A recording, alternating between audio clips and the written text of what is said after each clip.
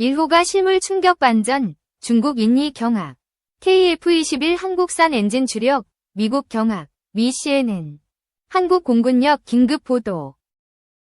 한국 정부는 KF-21 전투기의 국산 엔진 프로그램의 방향을 금년 11월 말까지 결정할 것으로 예상되며, 이는 개발의 향후 경로를 설정하는 데 도움이 될 것이다.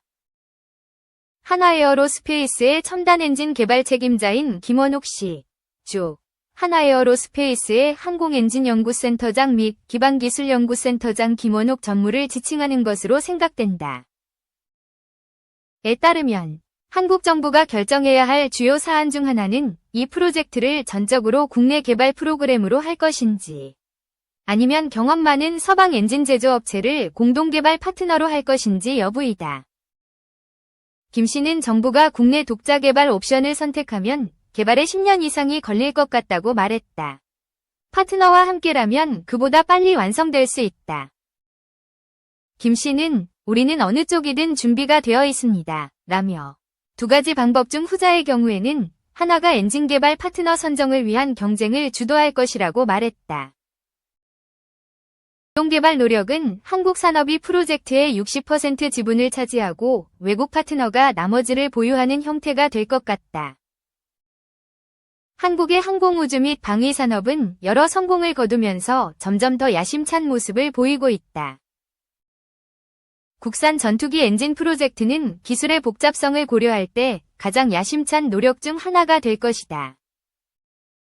판보러 에어쇼에서 연설한 김 씨는 지연을 피하기 위해 잠재적 파트너들과의 대화가 이미 진행 중이라고 말했지만, 그 잠재적 파트너들의 이름은 밝히지 않았다. 잠재적 파트너에는 현재 KF-21에 동력을 공급하는 F414를 제조하는 GE 에어로스페이스를 비롯해 프랏 휘트니, 롤즈로이스, 세이프란이 포함될 가능성이 높다. KF-21 블락 3로 고려되고 있는 기종을 위해 추진 중인 엔진의 추력은 15,000-18,000파운드가 될 것 같다. 아래는 우리 공군의 KF-16, F-15K, F-35A, KF-21 위 엔진 추력 비교 테이블인데, 계획대로라면 블락 3에 탑재될 국산 엔진은 현재 KF-21 위 F414 GE-400K 엔진 대비 더 높은 추력을 갖게 된다. 회사는 KF-21 위 기체 설계를 변경하지 않고 엔진을 개발해야 하므로 추력을 높이기 위해 터보팬의 크기를 늘리는 방법은 제한되어 더 나은 공기 흐름을 얻고 특정 비행 구간에서의 연료 소비를 높이기 위해 허브를 축소하는 것을 고려하고 있다고 김 씨는 설명했다. 현재 계획에 따르면 엔진 개발은 2026년에 시작될 것이다. 개발 경로에 따라 첫 시험 엔진은 5에서 6년 후에 나올 수 있다. 2. KF-21 스텔스 전투기 전환. 엔진 국산화 없인 어렵다. 향후 스텔스 전투기와 공격용 무인기 개발을 위해 항공 엔진 국산화가 시급한 가운데, 한화에어로스페이스가 15,000파운드 힘 이상의 추력을 내는 항공 엔진 개발에 도전한다. 이광민 한화에어로스페이스 항공사업부장, 전무은 13일 서울 용산구 국방컨벤션에서 열린 기자간담회에서 항공엔진은 미사일 기술 통제 체제, 국제무기거래 규정, 수출관리 규정 등 각종 규제를 받고 있다며 국산화 필요성을 설명했다. 단순 정찰용이 아닌 미사일 장착이 가능한 무인기의 경우 15000LBF급 이상 엔진이 필요하다. 그러나 MTCR 등 규제로 수입이 어렵다. 조종사가 없는 6세대 전투기 개발도 불가능해진다. 게다가 미국은 스텔스 전투기 탑재용 엔진을 판매한 전례가 없다. KF-21 20대공 공대지 공격 능력 확보 이후 스텔스기로 전환할 경우 미 제너럴 일렉트릭 엔진 탑재가 어려울 수 있다. 한국은 T-50, FA-50, 초음속 항공기를 개발한 데 이어 KF-21 전투기도 만들고 있지만 항공기 심장인 엔진은 GE 제품이다. 국내 유일의 항공용 가스터빈 엔진 기업인 한화에어로스페이스는 올해 퇴역을 앞둔 F4 팬텀 전투기 J79 엔진을 시작으로 1만여 대의 항공 엔진을 만들었다. 그러나 모두 해외 기술을 사와 면허 생산한 것이다. 엔진 라이선스가 없다 보니 TO10뿐만 아니라 향후 KF21 수출 등의 어려움이 따를 수 있다. 이에 따라 방위사업청은 2020년부터 산업통상자원부와 함께 추력 5500LBF급 무인기용 터보팬 엔진을 개발하고 있다. 이에 더해 KF21위 F414-400K 엔진에 버금가는 15000LBF급 터보팬 엔진 핵심 구성품 연구도 진행하고 있다. 10년 이상의 연구개발 기간에 약 5조 5천억 원이 차질 없이 투입되면 2030년대 중후반에는 국산 전투기 엔진이 탄생할 것으로 보인다. 현재까지 전투기 엔진을 설계 제조할 수 있는 국가는 미국, 영국, 프랑스 등 일부에 불과하다. 우리의 엔진 기술은 이들 선진국 대비 약 70% 수준에 다가선 것으로 평가되지만 소재 기술은 40에서 50% 정도만 확보한 상황이다. 향후 규격 시스템은 5배 더, 소재 데이터베이스는 4배 더 확보해야 한다.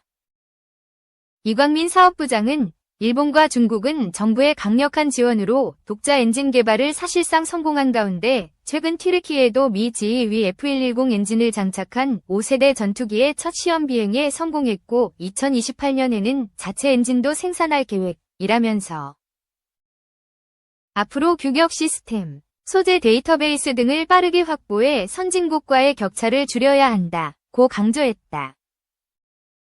이어 첨단 항공엔진 개발에 성공하면 국내 약 100개 업체가 수입하던 부품을 자체 생산할 수 있고 독자적인 엔진 정비도 가능해진다면서 민간 항공기와 해양, 발전 등에 적용할 수 있는 파생형 엔진 분야에 미치는 영향까지 고려하면 직간접적인 경제 효과는 2040년 이후 연간 수십조 원에 달할 것이라고 말했다. 3. 드론의 승무원 없는 군함까지 해군 유령함대 첫발 내디뎠다. 박수찬 해군. 우리가 흔히 아는 해전 방식에 큰 변화의 바람이 불고 있다. 항공작전에선 드론과 중 대형 무인기가 유인 전투기의 임무를 점진적으로 대신하는 모습이 보였지만 바다는 여전히 승조원 다수가 탑승하는 대형 전투함이 주류를 이뤘다. 우크라이나 전쟁은 이 같은 국면을 극적으로 바꿨다. 우크라이나군은 사람이 타지 않는 무인 수상정으로 러시아 흑해 함대를 공격. 흑해가 러시아의 바다가 되는 것을 막았다. 해군력이 미약한 국가도 해양대국의 제해권 확보를 저지할 수 있다는 것이 입증된 셈이다. 한국 해군도 무인 체계를 전면 적용하는 네이비시 고스트를 추진하고 있다. 지난 11일 오선협상 대상자로 LIG 넥스원이 선정된 정찰용 무인 수상정 체계 개발 사업은 해군 무인 전력 강화와 더불어 해상 무인 체계 개발 주도권을 가늠할 수 있는 이정표 역할을 할 것이란 전망이다. 약 400억짜리 사업이 중요한 이유. LIG 넥스원에 수주한 정찰용 무인 수상정 체계 개발 사업은 2027년까지 12m급 무인 수상정 2척을 2027년까지 업체 주관으로 개발하는 것이다. 사업비는 381억 원으로 수중탐색용 예인음탄기와 수상탐색용 레이더, 광학 적외선, EO, IR, 카메라, 기관총을 탑재한다. 방위사업청이 추진하는 수많은 전력 증강 사업 중에서는 소규모다. 하지만 해당 사업을 둘러싼 경쟁은 매우 치열했고 향후 파급 효과도 크다. 사업에선 LIG 넥스원과 하나시스템이 경합을 벌였다. LIG 넥스원은 2015년 연안 감시정찰용 무인수상정인 해검을 개발했다. 이후 해검 2, 해검 3, 해검 V 등을 만들며 기술을 축적했다. 해검 2는 소형 무인잠수정 모듈을 탑재했고 해검 3는 12.7mm 기관총과 비공 유도 로켓 발사대를 탑재해 공격력을 갖췄다. 해검 V는 함선에 탑재해서 의심스런 표적에 대응한다. 하나시스템은 지난해 6월 국제해양방위산업전에서 무인수상정 해령을 공개했다. 해양경찰의 요청으로 만든 해령은 해난사고 시 수색정찰이나 구조활동을 할 수 있다. 음파탐지기 탑재 무인잠수정 4대를 군집 운용하면서 수중 상황을 확인하면 구조사가 인양을 한다. 기뢰 탐색 등도 가능하다. 해상상태 4, 파도 높이 1.3m에서도 항해하며 사람의 조작 없이 자동으로 이안 접안이 가능하다. 한화시스템은 지난 2021년 3억 달러, 약 4천억 원을 투자한 영국 우주인터넷 기업 원웹의 저궤도 위성망을 활용한 군 통신망을 구축하고 있다. 이를 활용하면 멀리 떨어진 바다에서도 무인 수상정을 운용할 수 있다. LIG 넥스원, 해검과 한화시스템, 해령은 정찰용 무인 수상정 체계 개발 사업 수주를 위해 분주하게 움직였다. 그 결과 LIG 넥스원이 우선 협상 대상자에 선정됐다.